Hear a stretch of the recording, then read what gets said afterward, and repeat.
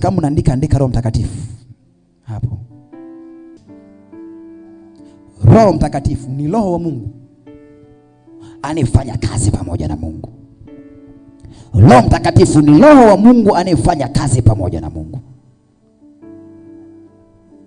Roho Mtakatifu, unaposikia neno linaitwa Roho Mtakatifu ama kitu kinaitwa Roho Mtakatifu, maana ni roho iliyo takatifu inafanya kazi pamoja na Mungu. Kile kitabu cha Mwanzo ile sura ya 1 mstari wa 2. Maandiko yanasema, yes, nayo nchi ilikuwa ukiwa. Nayo nchi ilikuwa ukiwa. Tena utupu. Tena utupu. Na giza lilikuwa juu ya uso wa vilindi vya maji. Na giza lilikuwa juu ya nini? Ya uso wa vilindi vya maji. Uso wa vilindi vya maji. Roho ya Mungu ikatulia juu ya uso wa maji. Roho ya Mungu ikatulia juu ya uso wa maji. Yes. Roho Mtakatifu ni roho ya Mungu inayofanya kazi pamoja na Mungu. Sio, nasikia vizuri? Biblia inasema hapo mwanzo Mungu aliziumba mbingu na nini? Na nchi. Nayo nchi ilikuwa ukiwa, tena utupu, na giza lilikuwa juu ya uso wa vilindi vya nini? Vya maji. Hello. Maana Roho Mtakatifu anafanya kazi pamoja na nani? Pamoja na Mungu. Mungu alipokuwa naumba mbingu na nchi. Hello.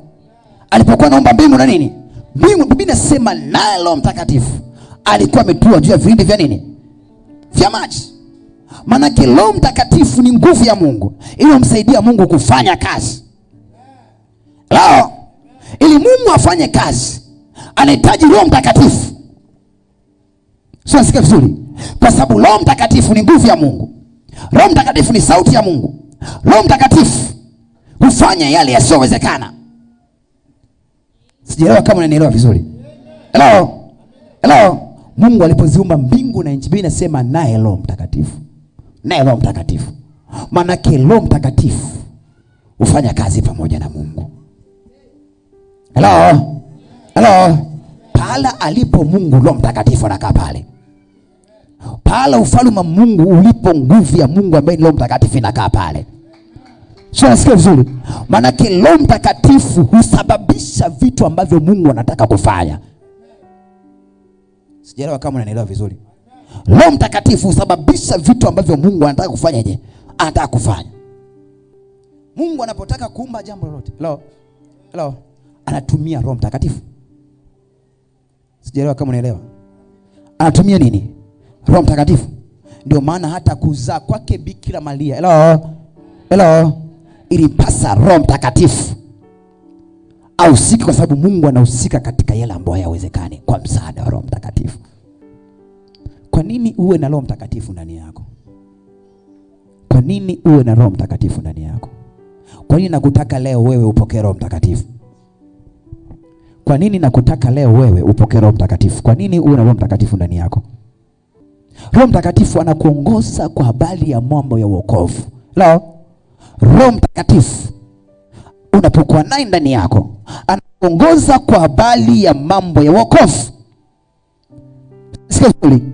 Anakuongoza kwa habari ya nini? Mambo ya wokovu, kuelekea siku yako ya mwisho ya wokovu. Roho Mtakatifu anakuongoza kwa habari ya mambo ya wokovu, kuelekea siku yako ya mwisho ya wokovu. Sio, nasikia vizuri? Unataka ujue wokovu wako sio kumkiri tu Yesu kuwa Bwana Mwokozi wa maisha yako. Wokovu wako unakutaka wewe kuingia kwenye ufalme wa nani? Ufalme wa Mungu. Maana unapokuwa na Roho Mtakatifu anakuongoza wewe na kukusaidia kuielekea siku yako ya mwisho ya wokovu. Maana anakusimamia na kukuongoza na kukufundisha, kukupitisha kwenye njia zote, ili ile siku yako ya mwisho wa wokovu uwepo kwenye wokovu. Sijaelewa kama unanielewa. Hello. Sema Roho Mtakatifu. Timotheo wa pili. Yes. Sura ya 4 mstari wa 7 hadi mstari wa 8. Timotheo wa pili sura ya 4 mstari wa 7 mpaka wa 8. Biblia inasema. Yes. Nimevipiga vita vilivyo vizuri. Mwendo nimeumaliza. Imani nimeilinda. Hello. Amen. Huyu ni Mtume Paulo anasema nimevipiga vita vilivyo vizuri. Mwendo nimefanyaje? Nimeumaliza. Imani nimeilinda. Sijaelewa vizuri. Amen. Roho Mtakatifu anakusaidia kukuongoza, kukupeleka kwenye siku yako ya mwisho ya wokovu.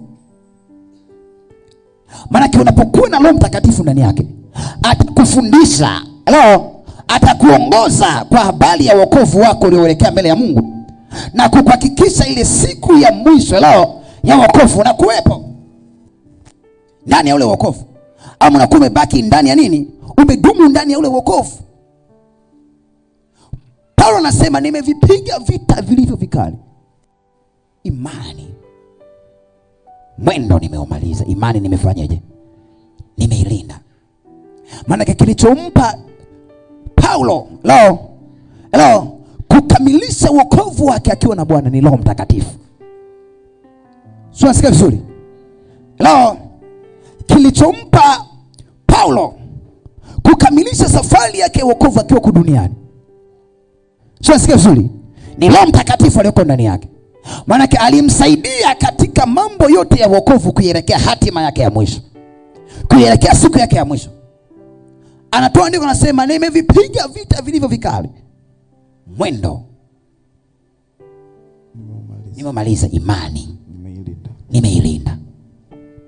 Maana kilichompa mtume Paulo kuilinda imani yake katika wokovu hadi siku ya mwisho ni Roho Mtakatifu.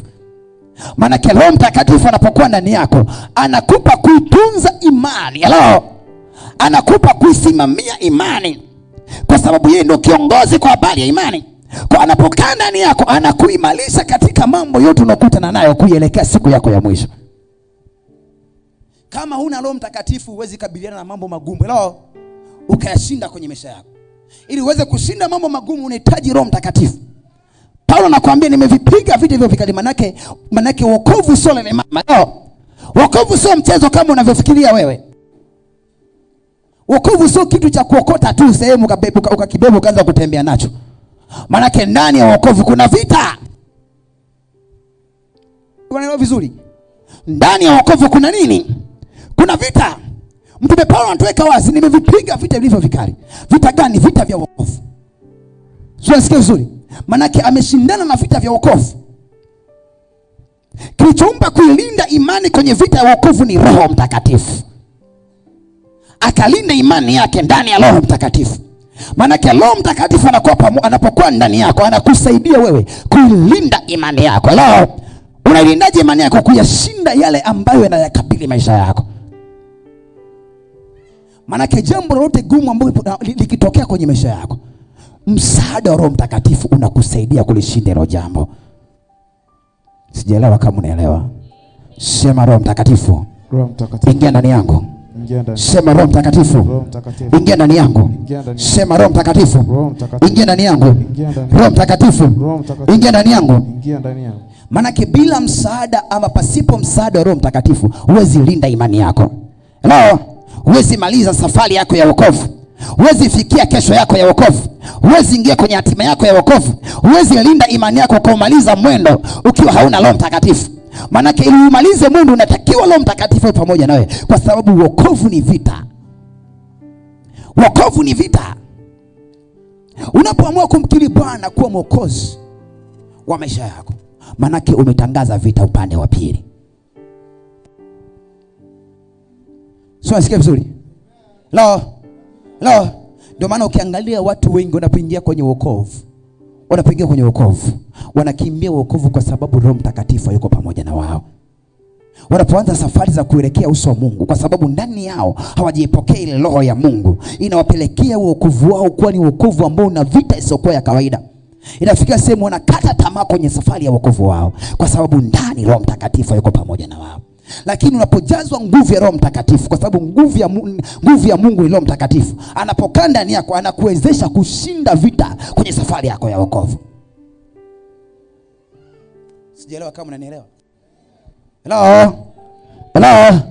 Ili ufikie hatima yako unahitaji Roho Mtakatifu kwa pamoja na hatima yako, kwa sababu hatima ni vita. Hatima ni nini? Hatima ni vita. Unapotangaza ndoto zako, ndoto za hatima yako, manake umetangaza vita mpya kwenye maisha yako. Pasipo msaada wa Roho Mtakatifu, manake hatima yako itaishia njiani. Hatima yako itangushwa. Hatima yako itakuwa ni hatima ambayo haina mpenyo au uelekeo wa ushindi kwenye maisha yako. Kwa unapopokea Roho Mtakatifu, au unaanza kutembea na Roho Mtakatifu, manake Roho wa Mungu anakusaidia kukabili mambo magumu, kuielekea siku yako ya mwisho. Sijaelewa kama unaelewa.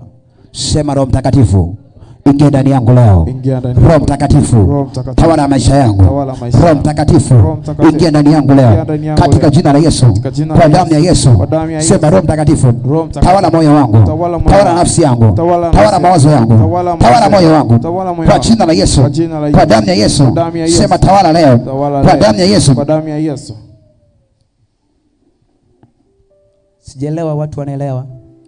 Nguvu ya Roho Mtakatifu leo isikike ndani yako ikipiga kelele pasipokuwa kawaida. Amen. Nguvu ya Roho Mtakatifu leo ingie ndani yako kwa moto ulao. Leo. Amen. Kazi za Roho Mtakatifu, andika. Kazi za Roho Mtakatifu. Kazi za Roho Mtakatifu ama faida za Roho Mtakatifu kwenye maisha yako. Kazi za Roho Mtakatifu anapokuwa ndani yako ama faida za Roho Mtakatifu. Kwa nini Roho Mtakatifu awe ndani yako? Kwa nini wewe utembee na Roho Mtakatifu?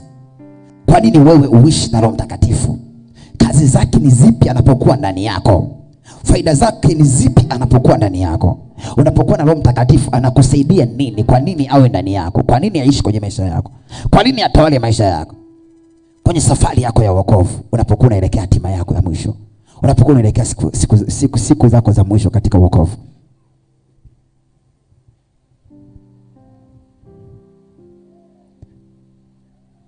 Namba moja.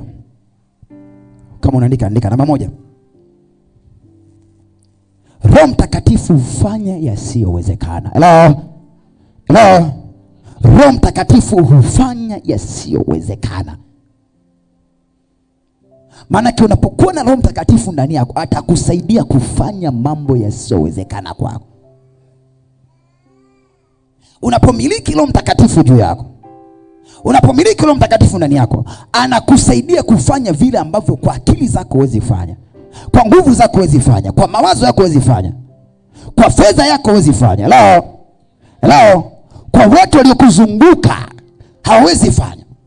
Kitabu cha Isaya ile sura ya 63 mstari wa 11 hadi 14. Maandiko yanasema. Yes. Ndipo alipozikumbuka siku za kale. Za Musa na watu wake. Akisema. Yuko wapi yeye aliyewapandisha toka baharini? Yuko wapi yeye? Hello. Amen. Ndipo alipozikumbuka siku zake za nini? Za kale. Maandiko yanasema akasema yuko wapi yeye aliyewapandisha kutoka wapi? Kutoka baharini. Pamoja na wachungaji wa kundi lake. Sijaelewa kama unaelewa. Hello. Nimekwambia kazi ya Roho Mtakatifu ni kufanya vile visivyowezekana. Yes. Kwenye maisha yako. Maandiko yanakuambia yuko wapi yeye? Hello. Amen. Hello. Amen. Aliyewapandisha kutoka wapi? Baharini. Endelea. Pamoja na wachungaji wa kundi lake. Yuko wapi yeye aliyeitia kati yao Roho yake Mtakatifu? Yuko wapi aliyetia kati yao Roho Mtakatifu? 12. Yes. Aliwaongoza kwa mkono wake mtukufu.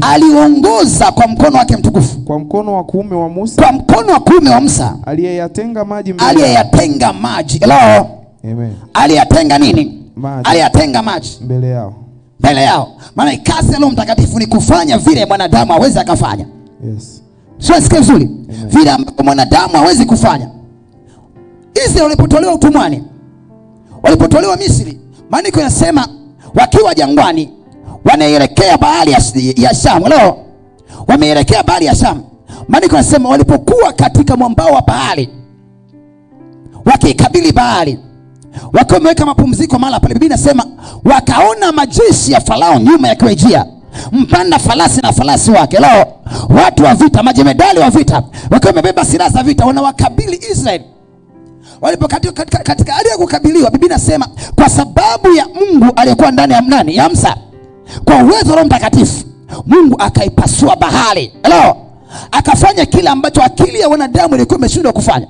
Kwa sababu walipoyaona majeshi ya Misri, Biblia inasema wakaanza kumlaumu Musa. Wanamwambia, je, hayakuwepo makaburi Misri? Kwa nini ulitutoa Misri? Usingetuacha Misri tukafia Misri. Hello. Pale akili zao zimeishia. Hawajui nini unafanya. Hawajui nini kinatokea. Maandiko yanasema Mungu akamuuliza Musa, una nini mkononi mwako? Musa akasema na fimbo, akamwambia nyoshe fimbo yako juu ya nini? Juu ya maji. Biblia inasema waliponyosha fimbo juu ya maji, ikapatikana njia mahali ambapo mwanadamu alikuwa wazi kama njia inatokea. Hello? Ikapatikana nafasi ambapo mwanadamu alikuwa hawazi kama nafasi inatokea. Maana unapokuwa na Roho Mtakatifu ndani yako, anakusaidia kupatikana kitu mahali ambapo huzani kama kitapatikana. Sijaelewa kama unanielewa. Hello? Sema kwa jina la Yesu. Kwa jina la Yesu. Sema Roho Mtakatifu. Roho Mtakatifu. Ingia ndani yangu. Ingia ndani yangu. Maana unasema yuko wapi yeye aliyewatoa? Hello? Amen. Hello? Amen. Hello? Amen. Kwenye mikono ya Farao, aliyewatoa kwenye bahari, aliyegawa bahari. Maana aligawa kwa sababu ya uwezo wa nani? Wa Roho Mtakatifu. Kwa nini Roho Mtakatifu aligawa bahari? Biblia inasema Roho wa Mungu akatoa majuu ya vilindi vya nini? Vya maji. Maana Roho Mtakatifu ana mamlaka juu ya maji. Hello? Hello? Roho Mtakatifu ana mamlaka juu ya maji. Kwa ilipohitajika njia katikati ya maji, njia ikapatikana. Maana tunasema Mungu akatenga maji na nini? Na maji. Pakawa na sehemu kavu, pakawa na sehemu ya maji. Nini kwa nini alitenga? Kwa sababu ya uwezo wa Roho Mtakatifu. Kwa sababu Roho Mtakatifu alikuwa ametoa majuu ya vilindi vya maji. Kwa Roho Mtakatifu anapokuwa ndani yako, anakuwezesha kuyawezesha mambo yaliyoshindikana kwenye maisha yako yawe kama yanawezekana. Ama yawezekana kwenye maisha yako. Kwa faida ya kwanza ya Roho Mtakatifu, kufanya mambo yasiyowezekana kwenye maisha yako. So kama kuna mambo ambayo yamekushinda wewe, unahitaji Roho Mtakatifu atawale maisha yako. Roho Mtakatifu awe ndani yako. Roho Mtakatifu anapotawala ndani yako, chochote ambacho unakiona leo hakiwezekani, kitawezekana kwa sababu ndani yako na Roho Mtakatifu. Sio, asikia vizuri? Kwa sababu yasiyowezekana kwa Roho Mtakatifu yanawezekana. Biblia inasema yaliyoshindikana kwa akili za wanadamu, kwa Mungu anafanyaje? Kwa Mungu yanawezekana. Maana ili yawezekane kwa Mungu unahitaji Roho Mtakatifu. Biblia inasema mjue ya kwamba miili yenu ni hekalu la Bwana, naye Roho Mtakatifu anakaa ndani yenu. Maana Roho Mtakatifu akikaa ndani yako ni Mungu amekaa ndani yako. Na yale ambayo yalikuwa yameshindikana kwako, maana yanaanza kuwezekana. Ulikuwa kufanya biashara, shanga unaanza kufanya biashara. Uwezi kufanya kazi, unafanya kazi. Uwezi kuomba, unaomba nini? Roho Mtakatifu anafanya mambo yasiyowezekana. Yes. Pastor, mimi siwezi kuomba. Nisikilize, unahitaji Roho Mtakatifu kae ndani yako. Hello? Hello? Akuwezeshe, kwa sababu huwezi wewe kwa akili zako kuomba. Ndio maana unashindwa kuomba. Sasa ili uombe unahitaji nguvu ya ziada ambayo ni Roho Mtakatifu. Maana akikaa ndani yako, aliyekuwa hawezi kuomba anaanza kuomba. Aliyekuwa hawezi kunena anaanza kunena. Aliyekuwa hawezi kufundisha anaanza kufundisha. Aliyekuwa hawezi kutabiri anaanza kutabiri. Aliyekuwa hawezi kufungua anaanza kufungua nini? Roho Mtakatifu yuko ndani yake. Amen. Hello?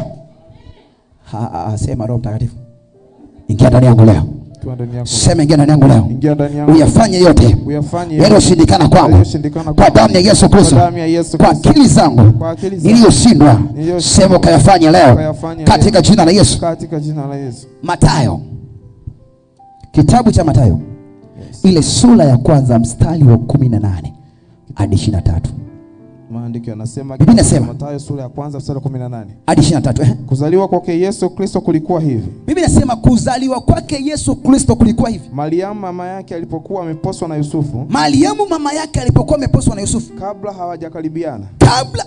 Alionekana na mimba kwa uwezo. Alionekana ana mimba. Hello. Amen. Alionekana na nini? Ana mimba. Kwa uwezo wa nani? Wa Roho Mtakatifu. Biblia inasema alikuwa amepozwa na Yusufu. Katolewa mahali manake. Hello. Hello. Katolewa mahali manake ni mchumba wa mtu. Maana kusema kabla hawajakutana, hawajaonana, hawajakaribiana, akaonekana na mimba ndani yake. Mimba ile ilikuja kwa uwezo wa nani? Wa Roho Mtakatifu. Endelea kusoma. Mstari wa 19. Naye Yusufu mumewe. Kwa vile alivyokuwa mtu wa haki. Asitake kumwaibisha. Aliazimu kumwacha. Mstari wa 20. Ndio. Basi alipokuwa akifikiri hayo.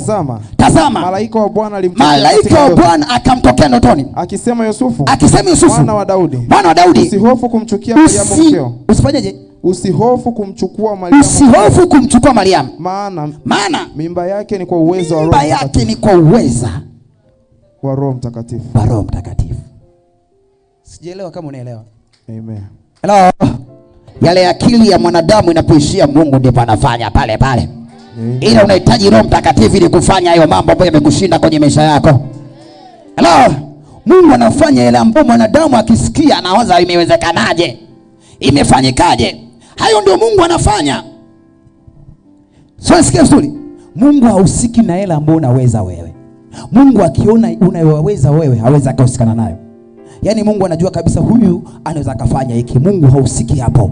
Mungu hasogei hapo. Mungu anakuja pale ambapo wewe sasa akili zako zimeishia. Pale ambapo unasema mimi hapa siwezi, ndipo Mungu anaanzia pale pale.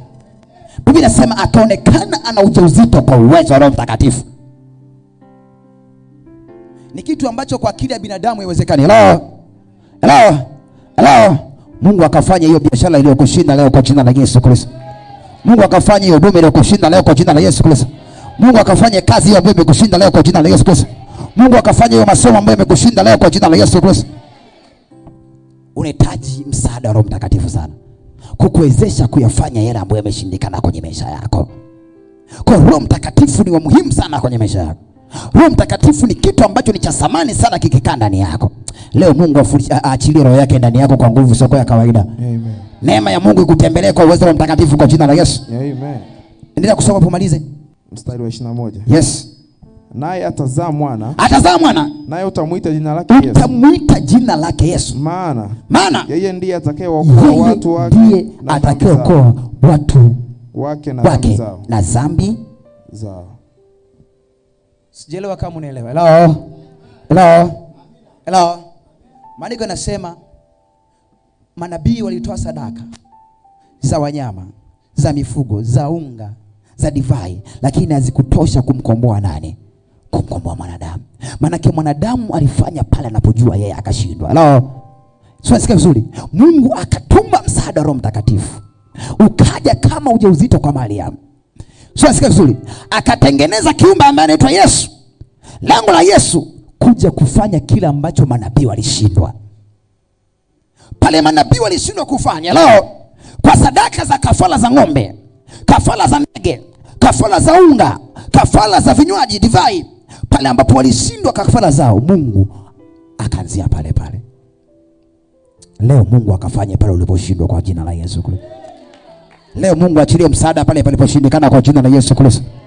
Kama biashara yako haihuziki leo, Bwana akaache msaada pale kwa jina la Yesu.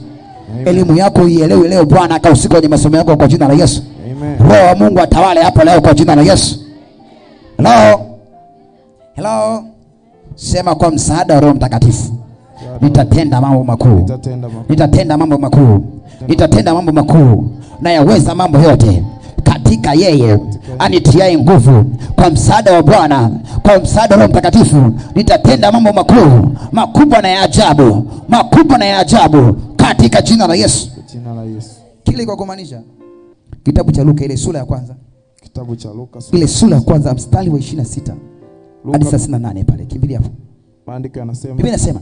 Maandiko yanasema. Yes. Mwezi wa sita. Malaika Gabriel alitumwa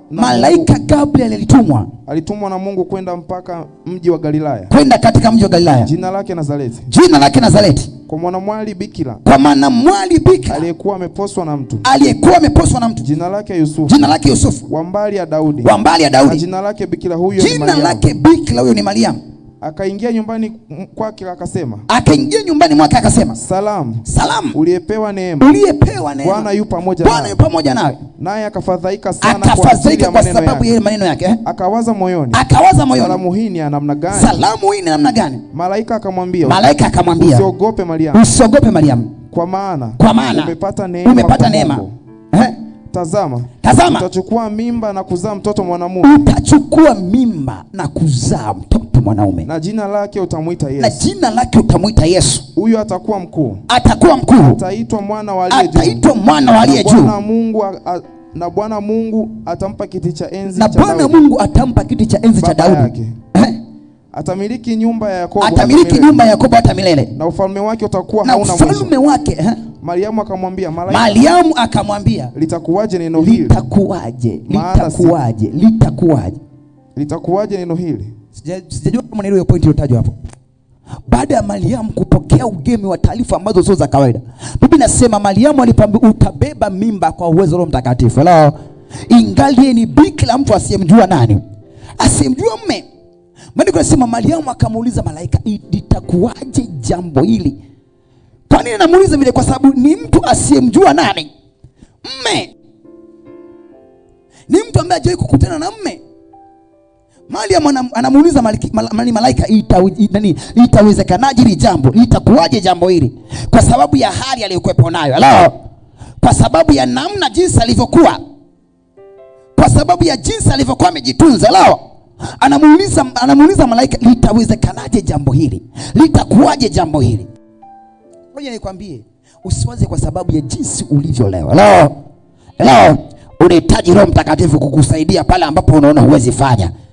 Unahitaji Roho Mtakatifu ahusike kwenye hicho kitu ambacho kwa akili yako unawaza itawezekanaje kitu hiki? Litafanyikaje jambo hili? Inawezekanaje kawaje katika hiki kitu? Endelea kusoma hapo. Maandiko yanasema, Mariamu akamwambia malaika, litakuwaje neno hili? Litakuwaje neno hili? Maana sijui mume.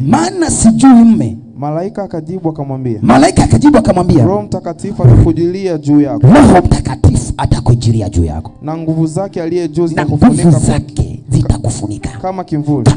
Kwa sababu hiyo hicho kitakachozaliwa kitaitwa kitakatifu, mwana wa Mungu. Tena tazama, jamaa yako Elizabeth naye amechukua mimba ya mtoto mwanamume katika uzee wake. Na mwezi huu wa sita kwake yeye aliyeitwa tasa.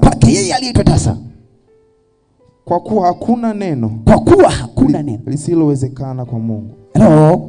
Amen. Soma mstari wa 37 vizuri, some vizuri. Maandiko yanasema, kwa kuwa hakuna neno lisilowezekana kwa Mungu. Hakuna neno lisilowezekana kwa Mungu.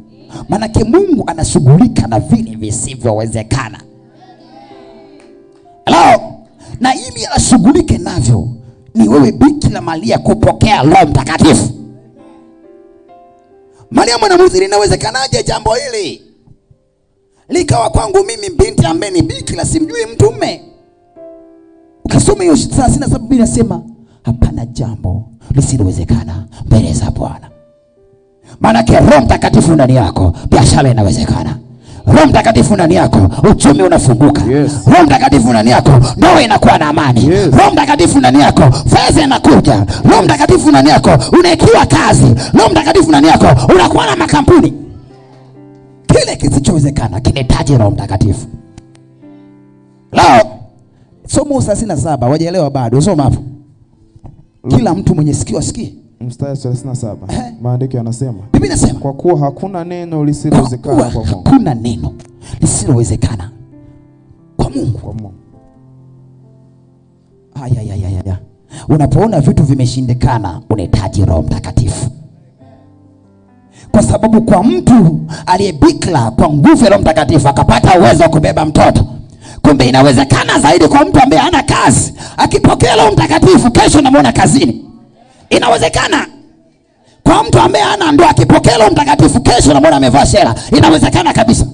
Naacha Roho Mtakatifu kwa mambo ambayo yameshindikana kwako kwa jina la Yesu. Kila ambacho umejaribu kwa akili yako umeshindwa, leo Roho Mtakatifu akitengeneza kwa jina la Yesu. Naacha Roho Mtakatifu kwenye maisha yako leo kwa jina la Yesu. Roho Mtakatifu akusaidie kufanya vile ambavyo umeshindwa kwa jina la Yesu. Amen. Sema, Roho Mtakatifu, nisaidie leo.